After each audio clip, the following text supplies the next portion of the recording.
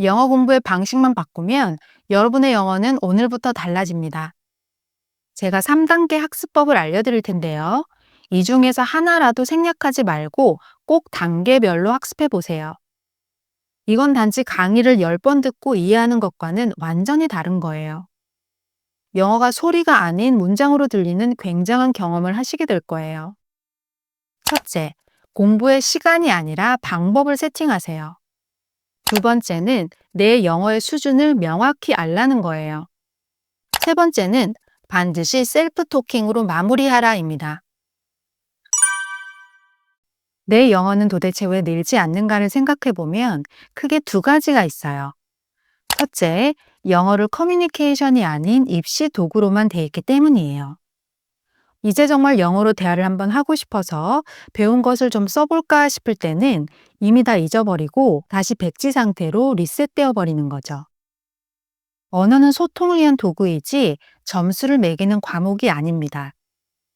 그래서 영어를 시험 과목이 아닌 자연스러운 일상으로 받아들이는 환경을 초반부터 세팅하는 게 정말 중요해요. 두 번째는 인풋입니다. 인풋이라는 건 내 머리에 영어를 입력하는 작업이에요. 그럼 어떤 인풋을 넣느냐에 따라 영어의 아웃풋이 달라지겠죠. 그래서 인풋에서 가장 중요한 건 바로 질과 양입니다. 많은 분들이 영어는 무조건 많이 노출되어야 한다고 생각해요. 그런데 문제는 우리가 지나치게 많은 양과 과도한 수준의 영어에 노출되어 있다는 거예요.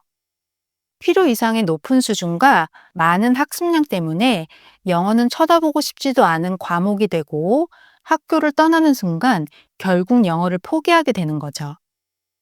언어는 평생 학습입니다.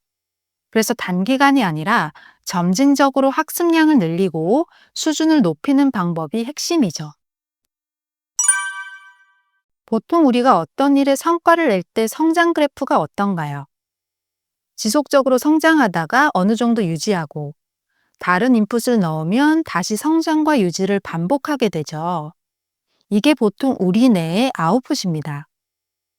이렇게 한번 튼튼한 단계에 올라가게 되면 그 이후에는 영어를 잊어버리지 않아요. 아마 1, 2년 동안 영어를 쓰지 않아도 웬만하면 다시 하향하는 일은 없을 거예요. 영어 환경에 노출돼야 한다는 의미는 그만큼 영어를 자연스러운 일상으로 받아들이는 환경을 세팅하라는 것이지 과도한 영어 양에 노출시켜야 한다는 게 절대 아닙니다. 오히려 꾸준하게 영어를 해나가기 위해서는 매일매일 해낼 수 있는 적은 양이 더 효과적이에요. 하루에 짧게 15분에서 20분씩 시작해서 길게는 한두 시간씩 천천히 노출 시간을 올려주세요. 여기서는 영어에 대한 부담과 피로도를 낮추는 게 최종 목표예요. 그러려면 무조건 책상에 앉아서 하는 것보다 다양한 효과적인 방법을 찾아보는 게 좋아요. 영어를 자연스럽게 흘려들으면서 노출시킬 수 있을 때 억지로 뇌에 집어넣는 게 아니라 자연스럽게 영어가 뇌에 스며들게 되는 거죠. 여기서 중요한 건 내가 좋아하는 컨텐츠여야 한다는 점이에요. 그래야 지치지 않고 포기하지 않고 꾸준히 하게 됩니다. 처음엔 의미를 파악하려고 애쓰기보다 그냥 지나가듯 흘려보내고 다시 듣는 걸 반복해 보세요. 그럼 10개를 몰랐던 것이 8개, 5개로 줄어드는 놀라운 경험을 하게 될 거예요.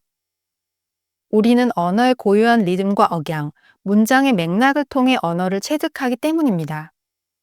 특히 내가 좋아하는 컨텐츠이기 때문에 더 많은 단어나 표현들을 쉽게 캐치할 수 있게 되는 거죠.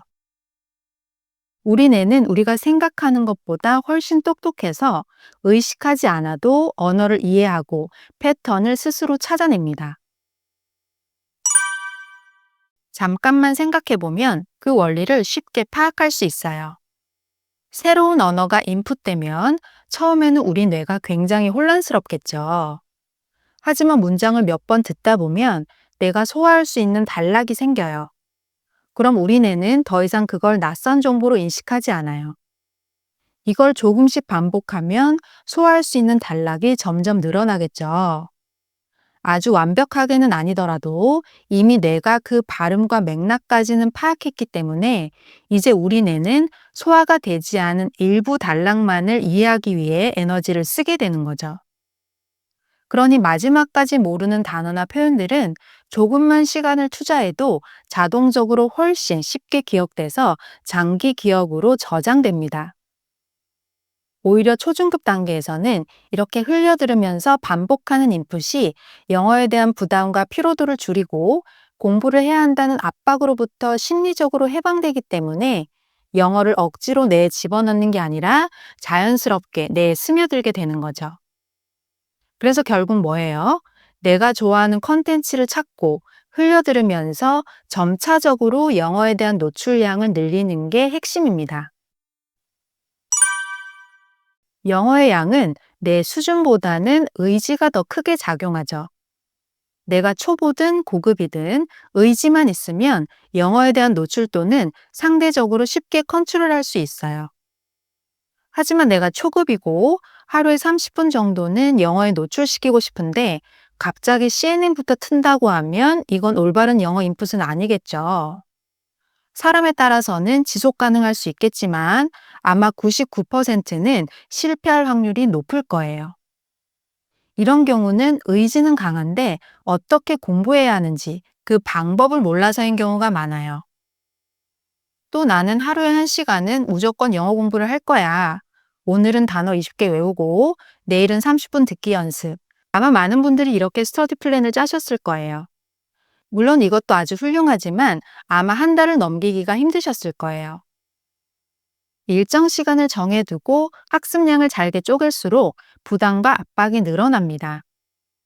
사실 하루에 단어 1개도 한 달이면 30개인데 10개를 채우지 못하면 공부를 덜 한 것 같고 1시간을 못 채우면 의지가 부족한 것 같고 그래서 이걸 억지로 채우자니 정신적, 시간적으로 힘든 거죠. 또 다른 문제점은 단어, 듣기, 쓰기, 말하기 문법을 모두 따로 구분해서 공부하는 것은 비효율적일 뿐만 아니라 실제로는 같은 내용을 매번 다르게 접근해서 학습량이 5배나 증가되는 것과 다름없어요. 내가 오전에 30분 듣기를 마치고 그걸 저녁에 15분 스피킹을 하려면 막상 머릿속이 하얘지고 남아있는 내용이 거의 없어요. 간단한 문장조차 쉽게 입 밖으로 안 나오죠. 이런 공부 방식은 오히려 영어에 대한 압박감과 피로감만 높여서 장기적으로는 크게 도움이 되지 않을 수 있어요. 그래서 영어 학습법은 아주 심플하지만 전략적으로 내 수준에 맞게 짜야 합니다. 제가 3단계 학습법을 알려드릴 텐데요. 이 중에서 하나라도 생략하지 말고 꼭 단계별로 학습해 보세요. 첫째, 공부의 시간이 아니라 방법을 세팅하세요. 쉽게 말하면 하루에 1시간이 목표가 아니라 나는 하루에 한 문장은 완벽히 듣고 쓰고 말할 수 있게 할 거야를 세팅하세요. 공부는 결국 아웃풋의 싸움입니다.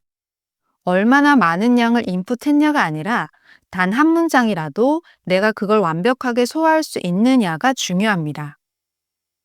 내가 너무 초보라서 하루에 한 문장도 듣기, 쓰기, 말하기가 힘들다면 일주일에 한 문장으로 목표를 좀 더 유연하게 낮추셔도 돼요. 중요한 건 뭐라고 했죠? 양이 아니라 질입니다. 그럼 이걸 어떻게 하냐? 우선 컨텐츠를 찾으세요. 여기서 중요한 건 내가 좋아하고 관심 있어 하는 분야인 게 좋습니다. 그리고 한 문장을 따라 쓸 수 있겠다 싶을 정도까지만 우선 들어보세요. 만약 그것도 힘들다면 쓸 수 있는 부분까지만 듣고 끊어도 됩니다. 나의 목표는 결국 한 문장의 아웃풋이기 때문에 한꺼번에 인풋하지 않아도 돼요. 쉽게 들리는 문장도 막상 써보면 의외로 모르는 단어나 문장 연결이 힘들 수 있어요. 그럼 그건 비워두고 우선 넘어가세요. 그리고 반복해서 듣습니다. 근데 이번에는 전체를 듣지 말고 내가 안 들렸던 그 부분만 반복해서 들으세요. 아마 계속 들어도 끝까지 안 들릴 때가 있을 거예요. 그럼 들리는 대로 우선 적으세요. 여기서 중요한 건 틀리는 건 아무 상관없어요. 들리는 대로라도 일단 써내려 가는 게 중요합니다. 그리고 마지막에 자막이나 스크립트와 비교해 보세요. 들리는 대로라도 일단 쓰는 게 중요하다는 이유가 바로 여기에 있어요. 예를 들어, what do you라는 단어들이 연음으로 뭉개질 때는 분명 what do you라고 들리기 때문에 끝까지 what do you가 아니라 what do you라고 썼다 하더라도 정답과 비교해보면 아, what do you가 what do you라고 소리가 나는 거구나를 스스로 깨닫게 됩니다. 이건 단지 강의를 10번 듣고 이해하는 것과는 완전히 다른 거예요. 내가 스스로 손으로 쓰고 이미지화해서 장기 기억으로 넘어가는 거기 때문에 아예 다른 인풋인 거죠. 두 번째는 내 영어의 수준을 명확히 알라는 거예요. 이건 단지 등급을 매기기 위한 게 아니라 오히려 영어의 성장을 돕기 위해서예요. 많은 분들이 의외로 자신의 영어 실력을 과소과대평가하는 경우가 많아요. 자신의 레벨을 파악하는 게 중요한 이유는 출발선을 제대로 설정할 수 있기 때문이에요. 그래야 영어를 효과적으로 빨리 제대로 늘릴 수 있어요. 이게 사실 제일 어려운 부분일 수도 있는데요. 내가 원어민과 접할 기회가 많지 않기 때문에 내 레벨을 제대로 가늠하기가 힘들다는 거죠. 이럴 때 우리가 시간과 비용을 단축해주는 최신 AI를 활용해야 합니다. 생각해 보세요. 예전에는 일일이 교재 전체를 스크리닝해서 훑은 다음에 대충 그 교재가 내게 쉬울지 어려울지를 파악하거나 아니면 다른 사람의 리뷰에 의존해서 그냥 사곤 했죠. 하지만 이제 AI를 통해 내 영어 수준을 정확히 파악해서 거기서부터 살을 붙여서 성장할 수 있기 때문에 이만큼 편리하고 정확한 게 없죠. 그래서 이런 AI를 내 영어에 바로 접목하는 것도 시간과 비용을 절약하는 아주 현명한 방법이 될 수 있어요. 세 번째는 반드시 셀프 토킹으로 마무리하라입니다. 이건 오늘 내가 목표로 한 문장을 대본 없이 바로 입 밖으로 꺼낼 수 있는 수준으로 만드는 작업이에요.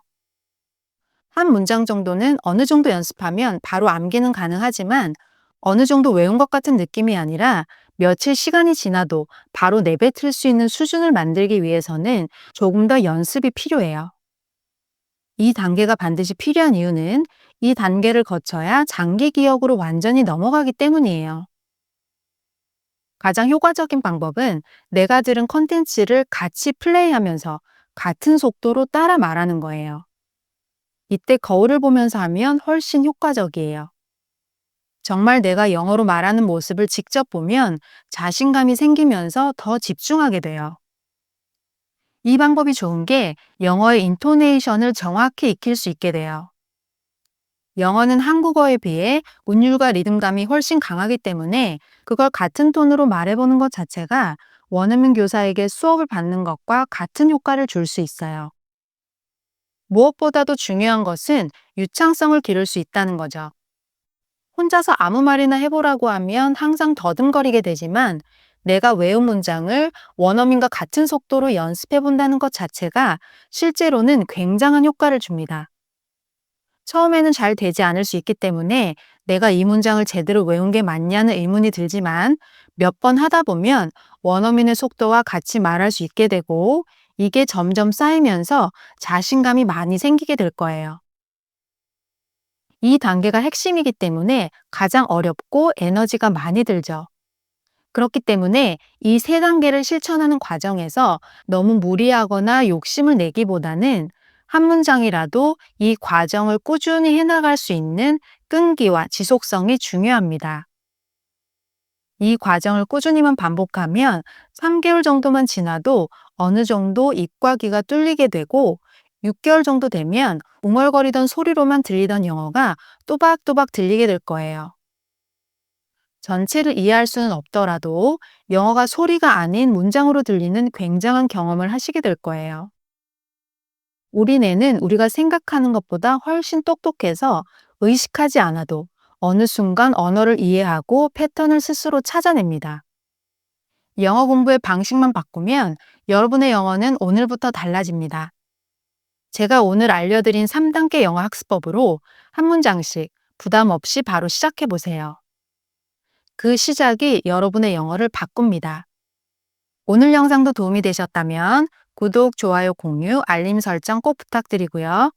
제가 구독자분들과 더욱 가까이 소통하면서 멘토링을 해드리기 위해 멤버십도 오픈했으니까 많은 가입 부탁드릴게요. 그럼 저는 또 다음 영상에서 찾아뵐게요. 감사합니다.